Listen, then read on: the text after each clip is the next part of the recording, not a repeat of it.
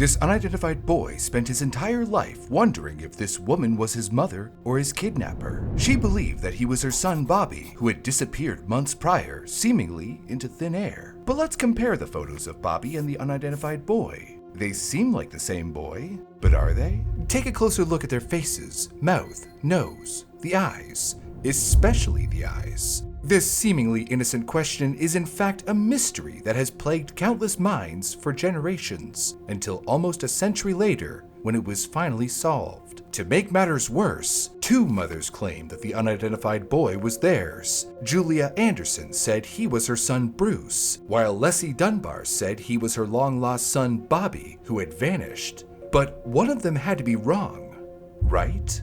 Bobby had gone missing on Friday, August 23, 1912, when he was looking for garfish with his 2-year-old brother Alonzo in the marshes of Swayze Lake, a Louisiana fishing spot filled with dangerous perils like alligators, steep shores with 15-foot drops, and thick mud from the receding floodwaters. When the boys yelled that they saw a garfish, 30-year-old Paul Mizzy, a friend of the family, ushered the boys back, lifted his pistol, and fired multiple shots into the water. The bullets ripped apart the vegetation. A dead garfish floated to the surface with its thin hummingbird beak. Shooting garfish was like shooting fish in a barrel. Minus the barrel. After doing this a few times and collecting a bounty, they headed back for lunch. Paul ran with Alonzo on his shoulders and yelled to the 4-year-old Bobby, "Get out of the way, Heavy, or I'll run over you." Paul was the only one who could call the portly child Heavy and make it sound like a term of endearment. Bobby just responded with, "You can't do it. You ain't no bigger than me." Unfortunately, those may have been Bobby's last words. After Paul sped past Bobby, he made it back to the cabin and let Alonzo down. A crowd was now settling for lunch at the outdoor tables with a beautiful view of the lake. It was Friday, August 23, 1912, and Leslie and Percy Dunbar, Bobby's parents, had set up this fishing trip for their family and friends to stay at their 2 cabins. Leslie, a skilled seamstress and homemaker, brought out a dish of food, then looked at Paul, confused. She asked where Bobby was. Paul's bewildered face was enough of an answer. She yelled out for Bobby, hoping he wasn't far behind, but when he didn't respond, worry started to befall her. It wasn't a safe place for a 4-year-old to be alone, especially with the dangers all around, like the wildlife and the ominous forest that surrounded the marsh. She called out some more, this time heading back to where Paul came from. Paul was in tow, as were others as they yelled out, searching for the young boy. Each of Leslie's calls for Bobby was more frantic than the last, as worry turned into panic. Her husband, Percy, who had stepped out for a moment to deal with business, returned to the party that was now in hysterics. He was told the news about his son and immediately joined in the search. He informed them that, as he was leaving, Bobby wanted to go with him, but as he pulled his son away from the horse, the strap of Bobby's straw hat broke. Assuming it couldn't have stayed on long, if they found it, it could be a potential clue to the boy's whereabouts. The first sign of Bobby was some footprints that matched his shoe size found in the dirt. Following the prints down a sandbank, it led them onto some railroad tracks, but then disappeared. It wasn't surprising that Bobby might have run off. He was a mischievous child after all. When he was a year old, he accidentally stepped onto hot ashes, which left him with a terrible scar on his toe. When he was a bit older, Bobby crashed into his mother's sewing machine, leaving yet another scar over his right eye. His mischievousness wasn't bound by property lines, as he would often sprint to the courthouse square alone and fall into the fountain. Or he would bolt out of the house, past the gates, and down the street to greet his father. As the search continued, 500 people joined from surrounding towns, sweeping all around the lake. The straw hat became the focus, and they threw one into the lake to see if it would sink to the bottom. It never did, so they assumed that they would at least find his hat even if he were drowned, or, as some suspected, eaten by an alligator. But just in case, they dragged hooks on the bottom of the lake and threw dynamite in hopes the explosion would float his body.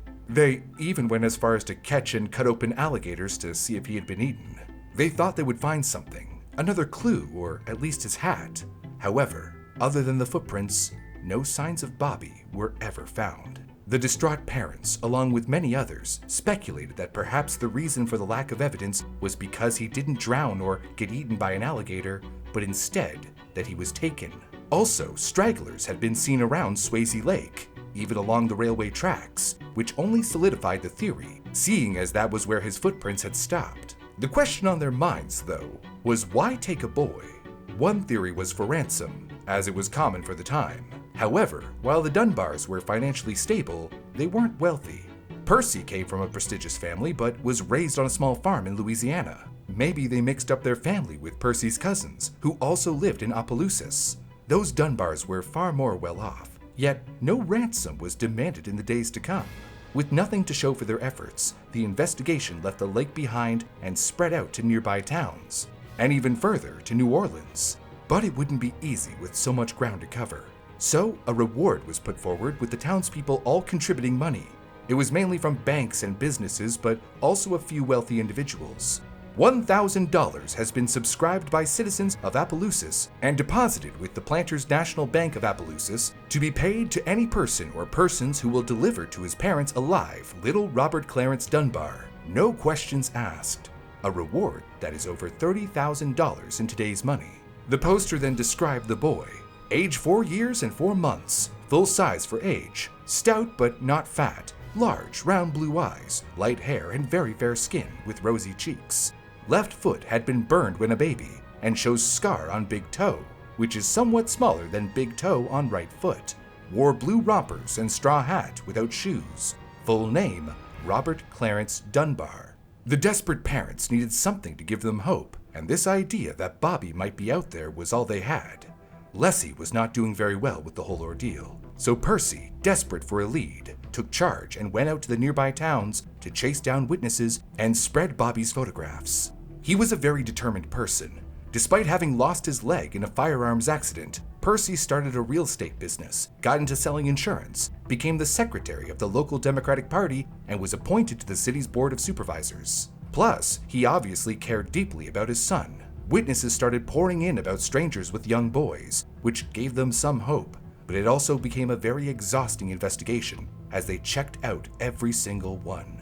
Unfortunately, Louisiana was very suspicious and even violent towards immigrants at this time, so a few leads sent them chasing after an Italian woman who was seen with a boy wearing similar clothes to Bobby, and then after African-American lumber workers who worked near Swayze Lake, only to come out empty-handed. Witnesses also reported seeing a crippled drifter with a boy matching the descriptions, who was being used to beg for money. They were seen getting onto the train from Pensacola to Mobile, then to Pascagoula. Eventually, someone spotted and approached them in Gulfport and noted the boy had an injured toe, which could have been Bobby's burned toe. But in the end, the witnesses believed the boy was too old to be Bobby and decided not to alert authorities. Still, this lead seemed important to Percy and the sheriff. They followed the clues and eyewitnesses and discovered the man and boy may have headed back toward Louisiana for some reason. Unfortunately, this lead ended up going cold like many others. Thomas A. Womack, one of the sheriffs helping to search for the boy, was distraught by the abundance of failed leads. Coming from a prosperous family, he was able to contribute an additional $5,000 to the reward money. This brought the total reward to $6,000, almost $200,000 in today's money, now offered up with a new reward poster. This new reward brought about many more sightings and even some pranksters pretending they had Bobby, with no motive other than to confuse and worry the family for a laugh, saying things like, "I know where your boy is, but I'll see that he's kept here forever." And with all these new sightings, a theory started to form that there wasn't just one kidnapper out there, but an entire gang of child snatchers. It was the only way to make sense of the numerous leads. There was a good reason for this theory, as wild as it may sound today. There was a frightening case in New Orleans about 5 years prior, where 8-year-old Walter LaManna was lured away from his home with the promise of candy. He was kidnapped by a gang associated with the Italian mafia. They held the boy captive and demanded a ransom of $6,000. But as authorities closed in, the boy was crying out, and so they strangled him to keep him quiet, then dumped the body. Although the gang was caught and one of them was hanged, fear still gripped the community, especially for Leslie and Percy. But the search was weighing down on them. What made it worse was the news reported every move they made. Leslie's physical health was taking a toll. She was more a skeleton than a woman now. One could only imagine the damage to her mind. And after searching for months, multiple people being arrested under suspicion, and following countless leads to dead ends, the reward money was eventually retracted. All was deemed lost. But everything changed when in April, 8 months after Bobby disappeared, A telegram came in from Poplarville, Mississippi, around 150 miles from Opelousas. People from the town of Poplarville were convinced that a traveling handyman who repaired pianos and organs had Bobby Dunbar with him. This man, who traveled by mule and buggy, was very suspicious, because when asked about the boy's parentage, this man, William Walters, would sometimes say the boy was his, other times his sister's or even another woman's.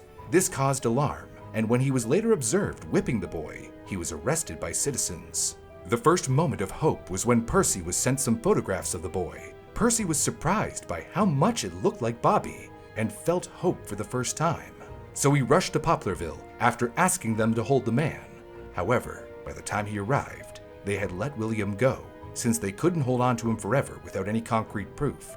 But after a quick search, they found him again not too far away in Foxworth with the boy in question.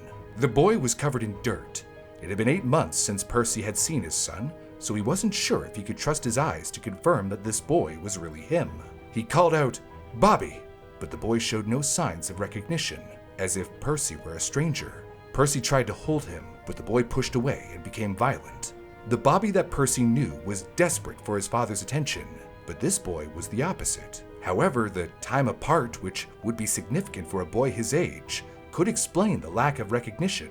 It was hard to say what traumatic events could do to a developing mind, but it was easy to notice the whipping marks left by William. The old tinkerer told authorities he only disciplined the boy if he was misbehaving, and nothing that could leave a mark. Obviously, that wasn't the case. It wouldn't be difficult to believe that the man who whipped him also brainwashed him into forgetting who he was. Perhaps the boy was disciplined harshly when he would try to call himself Bobby. As Percy looked over the boy, he noted the similar voice, and the way this boy pronounced automobile as oddbeel, just like Bobby. On examination, the boy had similar markings, like a mole and a scar over his eye. However, the burn mark on his foot wasn't there as it should have been. But then again, maybe it had been rubbed down from walking barefoot on the road for so long. Percy did think that the boy could be Bobby. The only thing that Percy was hung up on was the eyes. They were blue like Bobby's, but not round, more drawn and tight. A doctor later proposed that the boy had been on the road so much that all the squinting from the dust and sun could have changed the shape. It was later discovered that the boy had swollen adenoids, which the doctor suggested could have changed the boy's facial features. All the differences could be explained medically or by life on the road. To be sure it was Bobby, Percy brought in Lessie to examine the body. It was dark when she arrived, and the boy was asleep after the long day. Reporters outside pressed their faces against the panes of glass, eager for any news on the boy's identity. A mob of people who were angry at William Walters for kidnapping a child also waited outside for confirmation that this was, in fact, Bobby. Lessie took her time as she studied the boy under lamplight. She looked over his face and then examined the big toe, searching for a burn mark, but it was smooth. "I do not know. I am not quite sure," she said. She needed to look into his eyes, so they finally woke the boy. He showed no signs of recognition and even fought against Lessie. She recalled afterward that the eyes didn't seem large enough. She was tired, and it had been months. Bobby would have grown too, so she was given another chance the next day to spend time with the boy. Again, the boy didn't seem to recognize Percy or Lessie, and not even his brother Alonzo. But later, when she gave him a bath, she observed the moles and scars and became certain of his identity. He was her son, Bobby. This delay in identifying the boy left the townspeople confused, but they were sympathetic towards the mother and focused their emotions on the kidnapper. Kidnapping was a capital offense in Louisiana, but at the moment, William was being held in Mississippi, so the crowd formed a mob outside his jail cell. Fearing a lynching, more guards were ordered to keep watch and calm the crowd. When shown his photograph, witnesses confirmed the man they saw at Swayze Lake was in fact William Walters, and many more attested that he was the man they saw with a little boy traveling around. But William stuck to the story he told from day one, that this boy wasn't Bobby. Even though he often changed the boy's parentage, faced with the seriousness of it all, he finally gave one clear story, that the boy was the illegitimate son of his brother and a woman named Julia Anderson. The boy's name, according to him, was Bruce Anderson. It was a difficult story for the townspeople to believe. After all, why would this man have been given someone else's child? Julia Anderson, the woman William claimed was the mother of this boy, finally came out of the shadows. With the help of the newspapers paying her way, she traveled to Louisiana from her home in North Carolina, about 900 miles away. Traveling and communication over large distances was difficult back then, not like today's connected world. And most information was spread through newspapers, who were, let's just say, a bit biased, especially against Julia. When she arrived, she confirmed William's story, but she explained that she thought he was only taking Bruce for a few days to see William's sister, not for the many months William supposedly kept the boy. You see, Bruce was one of her 3 illegitimate children at the time. Julia also had a daughter she had to give up for adoption and a baby who had died under mysterious circumstances, at least according to rumors. Each of her 3 children were conceived with 3 different men out of wedlock, which is why she gained a scandalous reputation with newspapers branding her with labels like loose and a prostitute. The Dunbars did allow Julia to see the boy in question, and upon her first visit, she also said she wasn't sure. From the boy, there was no sign of recognition that she was his mother either. That was enough for the people. Everyone was convinced this meant the boy was Bobby, and not Bruce. But Julia was still allowed to see him again, and this time, she became convinced it was Bruce. But many were suspecting it was just her trying to make a farce of the whole situation. The public was not on her side, especially when Julia didn't try to stay and fight for the boy, leaving town shortly after. So, in the end, it was decided that the boy was Bobby, and the Dunbars were allowed to keep their son. But, as you might suspect, this isn't the whole story, not even close. One had to wonder if there was a Bruce, and this wasn't him. Where was he? The going theory was that William may have taken Bruce and then Bruce died, or that Bruce was switched out for Bobby because William was part of that child-snatching gang. The latter became the prevailing theory at William's trial, which was finally held in Louisiana, where they hoped to give him the death penalty. Many testimonies supported this theory, like Katie Collins, who worked as a waitress in a Poplarville roadhouse. She recounted a Saturday in September, shortly after the supposed kidnapping, when she served William Walters, another man, and 2 identical boys. One of them, she said, looked like Bobby, and she believed that this was when the boys were swapped, even if Katie didn't actually see it happen. Several witnesses confirmed that William was abusing the boy, even going so far as to tie him to a tree, whipping him until he responded to the name Bruce. And more witnesses came forward to confirm William's movements in Louisiana before the kidnapping, then around Swayze Lake where he supposedly kidnapped Bobby, and then across Mississippi through fall and winter. Even though some witnesses came out in support of William and his story, the Dunbar lawyers explained that their dates were too specific, which made them suspicious. The most damning evidence against William was Bobby's physician since birth, who had examined the boy before and after the kidnapping, confirming it was Bobby. In the end, William was found guilty, except he wasn't sentenced to death, only life in prison. Maybe it was due to the uncertainty of this case, but now all was right in the world. The kidnapper was behind bars, and Bobby was back to his family. Or so it seemed, because as we all know, there are 2 sides to every story. The newspapers painted a very singular and biased opinion about Julia Anderson, who had in fact led a very tragic life, one riddled with misfortune, which might shed some light on this strange enigma. Julia grew up in Fair Bluff, North Carolina, with her 14 other siblings, where she didn't receive very much schooling. At only 19 years old, she became pregnant and got married. But only one day into their marriage, her husband revealed his abusive nature when he got drunk and pulled out his gun, aimed right at her head, and fired 3 times. Luckily, only one hit, and it was only her foot,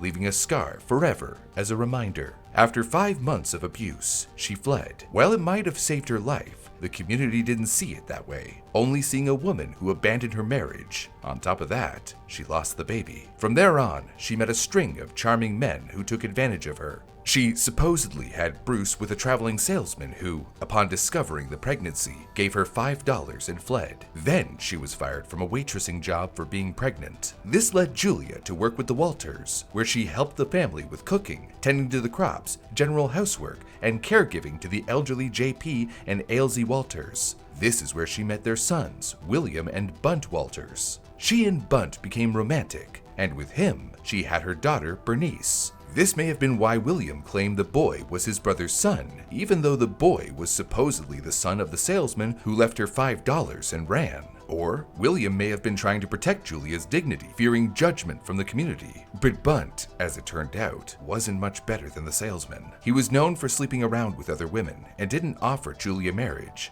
even when she claimed to love him. And when they were accused of fornication and adultery under North Carolina law, Bunt abandoned her and his daughter. The only good thing about this for Julia was it did keep her out of jail, since both persons had to be present to be convicted. Her alleged son, Bruce, in the meantime, was starting to grow close to William. The old man supposedly gave Bruce candies and let the boy play with his banjo, acting as the father figure that was missing from his life. Now nearly penniless, Julia, with both Bruce and now her daughter Bernice to take care of, wondered if her children would be better off with others. So she left the Walters and got another job, which she again lost when she became pregnant again with another man. She had her hands full and couldn't take care of Bruce and Bernice properly, especially with another baby on the way. So allegedly, William, looking to leave home to travel around, suggested he take Bruce, whom he claimed he had a bond with at this point. He would take the boy off her hands for a short time, and she agreed to this, if only to help her situation and her children. She didn't realize this would lead to the series of events that separated her from her son, if this was indeed her son.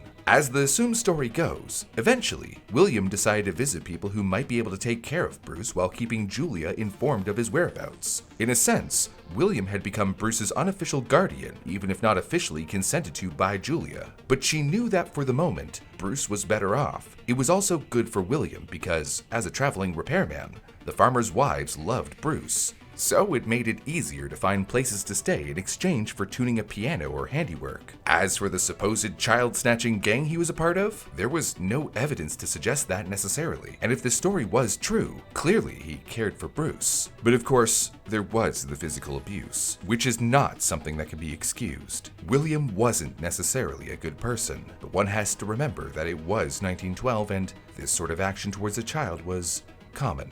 One of the farmers that William and Bruce had supposedly stayed with was asked about the abuse, and he responded with, "He whipped the child several times while at my house, but under circumstances which I thought were justifiable. I would have done the same to one of my children." So, while it's hard to say if William was a good caretaker, he did take care of the boy regardless. In the end, he also kept Bruce from being put up for adoption, because in July of 1912, Julia gave Bernice up for adoption and perhaps she would have done the same for Bruce. Then, in October, Julia gave birth to another son. However, he died 5 months later. While the death was a mystery, rumors went around that she had done something to cause it, but it could have been something as common as sudden infant death syndrome, which wasn't very well known at the time. Julia had been treated unfairly and taken advantage of all her life, and lost her 3 children in the process. So, if this was all true, it was no surprise that now she wanted Bruce back, even if the Dunbars insisted he was Bobby. But it wouldn't be easy, because when the Dunbars let her visit the boy to determine if he was her Bruce, she was like a small fish in a big ocean. Not only were the town and newspapers already against her, but she was overseen at the visit by a committee of Dunbar friends, relatives,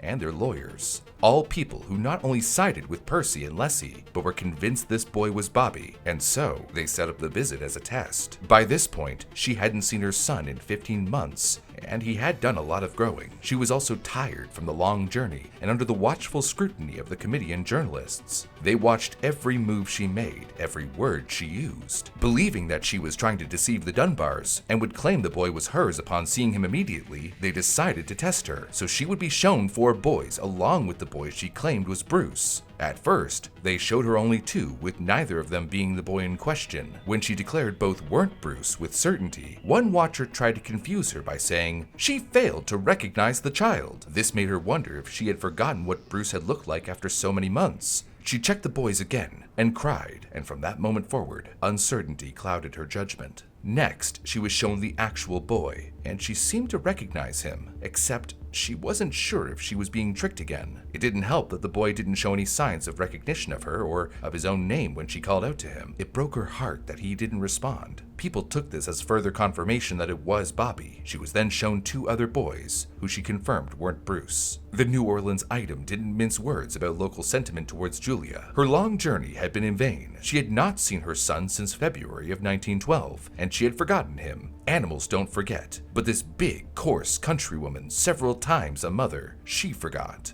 She cared little for her young. Children were only regrettable incidents in her life. She hopes her son isn't dead, just as she hopes that the cotton crop will be good this year. Of true mother's love, she has none. Luckily, a judge was appalled by the nature of the test and noted the lack of human decency. So Julia was allowed a second visit after she was well rested. It was then that she confirmed, with confidence, that this was her son, Bruce. Unfortunately, Julia was unable to provide proof, such as any markings on the boy's body, other than a small mole she noted only upon seeing it. She just knew it was her son by the way he talked, looked, and acted. But this wasn't enough for the judge. As if things weren't difficult enough, hostile Appaloosans threatened Julia if she tried to claim the child as her own. So because of the local volatility and the fact that she had no money to hire a lawyer, she didn't stay to fight. But of course, the town took that as further proof she wasn't the mother or that she didn't care. And then, of course, William went to jail for this, despite the fact that the testimonies from witnesses in support of the Dunbars were a bit of a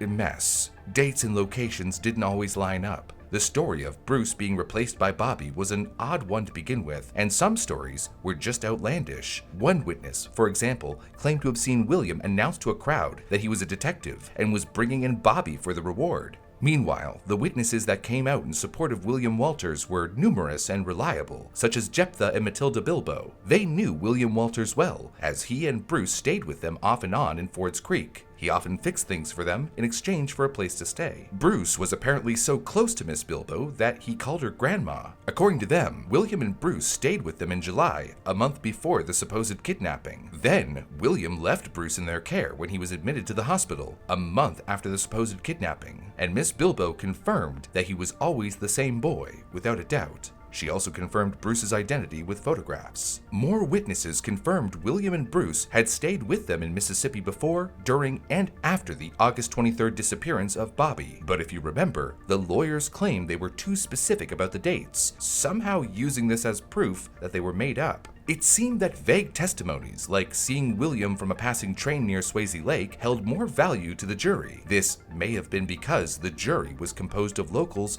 who knew the Dunbars, some very well. This put the entire case into question, with sides forming either in support of the Dunbars or in support of Julia. 2 years after William Walters was charged with the kidnapping, he and his lawyers called for a retrial due to a technicality. Because of the cost of the last trial, it was decided there would be no new one. So instead, William Walters was simply released. All that time, and even after his release, he stuck to his story that the boy was always Bruce. But the public would forever be against him, and this mystery wouldn't be solved until nearly 100 years later. Regardless of the identity of the boy, he was raised by the Dunbars and was told all his life he was Bobby. Some believed he was better off with a family like them anyways, since Julia was unable to take care of her own daughter. However, that's debatable, as the Dunbars and Julia had two very different lives after the trial. The boy who grew up as Bobby never had an easy childhood. He was famous as a result of the case, and that never went away, which weighed down on him and his parents. His identity was always being questioned, even by passing strangers who would stop him in the streets. Things kept getting worse. Percy was jailed and fined for assault when he stabbed and beat someone. Leslie also suspected Percy of cheating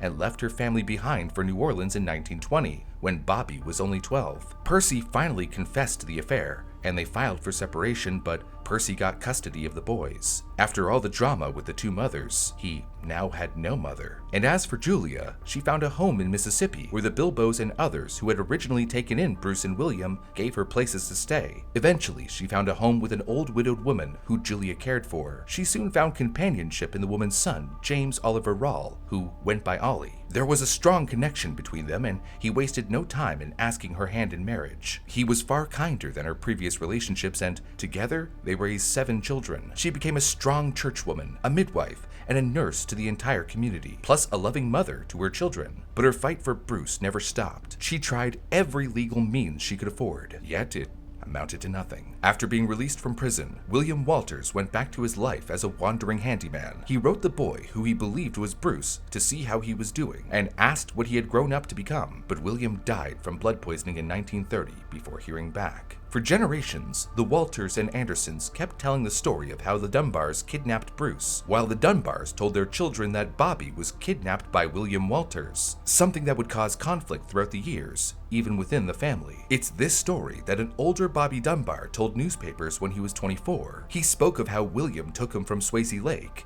and he even claimed that he remembered Bruce vividly, that the boy was with him and William at one point, but had fallen off the buggy and died. He also remembered the boy being buried, all of which lined up with one of the theories in court. But he reported to have no ill will towards William Walters, truly believing the man had only wanted companionship. However, despite Bobby's words for the newspaper, he disclosed to many people that he was never sure about who he was. Two of Julia Anderson's children remembered coming face to face with an older Bobby. First was her son Hollis, when, as a young man working in an ice house, where ice was sold prior to refrigeration being common in the home, a man came in asking for a Horace. Hollis informed the man that Horace was his older brother and wasn't there. The man lingered as Hollis tended to customers, and finally, the man introduced himself as Bobby Dunbar. They chatted for a moment, not really talking about the connection they had, nor about how Hollis believed they were half-brothers. He wanted to talk to the man more, but the customers were piling up, and he didn't want to get in trouble. Eventually, Bobby left before they could continue their conversation, and Hollis was left with regret for not asking questions that would now be stuck in his mind forever. Then, years later, Hollis's sister Jewel ran a cafe in a service station with her husband. A strange man sat in the cafe for half an hour drinking a coffee, as he asked all kinds of questions about Jewel and only Jewel, ignoring everyone else. It was only after he left that she realized who it was, the man who she believed to be her half-brother, Bruce. The siblings were convinced that Bobby somehow knew he was Bruce,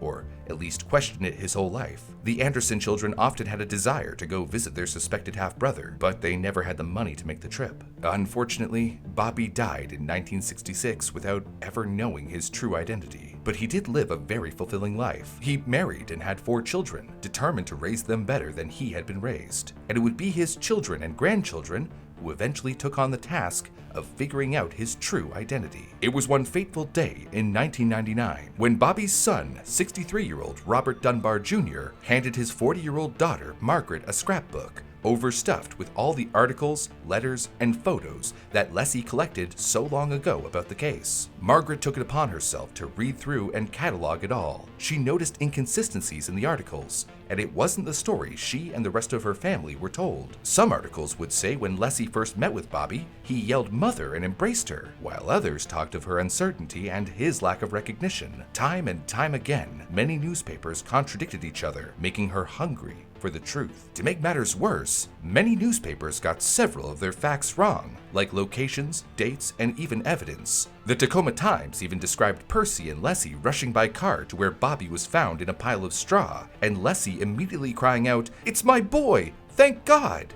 It was written more like a work of fiction than fact. Back then, journalism often took a lot of liberties. I mean, it still does today, but it did back then too. Likely due to how hard it was for news to spread, as they were often playing a giant game of broken telephone. And then there were the ones that were clearly very biased, like the Julia article, calling her a countrywoman with no motherly love. Newspapers either believed William was guilty or innocent and weren't afraid to make it known. While all of this was troubling for Margaret, it was a letter she read from William Walters' defense file which made her question everything. It was 6 pages long and signed by a Christian woman, which raised several good points, such as, why was Julia judged more harshly than Leslie for not first identifying the boy? Why weren't people allowed to interview the boy? And why after only 8 months did Percy and Leslie need to identify Bobby by his scars and marks? Why did they not recognize him otherwise, like Julia did with Bruce after not seeing him for over a year? Robert Jr., after being hospitalized for congestive heart failure, decided that now was the time to put this debate to rest. He wanted to prove they were Dunbars. In a letter to the family, he said, "Daddy did not have the science of DNA to confirm the decision of the court in his youth. I feel it is my responsibility to achieve that before I go." The best way to finally end this almost century-long debate was to compare Bobby's bloodline with his brother Alonzo's bloodline to see if it was or wasn't a match. So, in 2004, David, the son of Alonzo, provided a DNA sample and they compared it to the DNA of Robert Jr. The results were very unexpected. After almost 100 years of debate, the samples were not a match. This Bobby didn't share any DNA with Alonzo through either parent. Bobby had been Bruce all along. It shattered the family. It went against their beliefs, all the stories they had been told their entire lives. For Bobby's family, or rather Bruce's family, they were the Dunbars. No matter what a test showed, many didn't believe the test, and even got angry at Robert and his daughter Margaret. For the Walters family, however, it meant their great-uncle wasn't a kidnapper, and for the Anderson family, it meant that in a spiritual sense, Bruce had finally come home. They rejoiced. But while this satisfied many of them, it's easy to wonder, why did so many claim Bruce was Bobby? And why were there eyewitnesses to the supposed kidnapping? Many people pointed out how they didn't look alike, yet they kept explaining away the differences because of the life on the road or medical problems. If you look at the photographs again, the one on the left is Bruce, and the one on the right is Bobby. Take notice how the eyes look different, as both Percy and Leslie noted, but it's also not surprising that people found similarities as well. Plus, this would cause any parent to go through emotional turmoil. The theory of the kidnapping was a double-edged sword. While it gave them hope that Bobby was alive somewhere, it never gave them a chance to accept Bobby's death. Percy's persistence to investigate showed the dedication to return with the child by whatever means necessary. Did Percy and Leslie know this wasn't Bobby and claim he was anyway? Or, more likely, did they trick themselves into believing it was, for the sake of their sanity? Meanwhile, some witnesses they found out later had completely fabricated their testimonies. Like the wild one about William claiming to be a detective. It was all for a lark, and for a free trip to Appaloosis. And witnesses in general are notoriously unreliable in any trial. Memories are not like security cameras that can be played back, but more like a puzzle that needs to be put together, assuming the box came with several pieces missing. Lawyers, newspaper headlines, and even talking with someone can alter a person's memory, filling in those missing pieces, even switching them out. What makes this more difficult is the person with a false memory usually trusts it to be completely true. For such a sensationalized case that was talked about in the headlines for months, there was a lot of room for altered memories, even on a grand scale, and could explain why people thought Bruce was Bobby. Or why a homeless man seen walking along a train line near Swayze Lake would later be identified to be William, when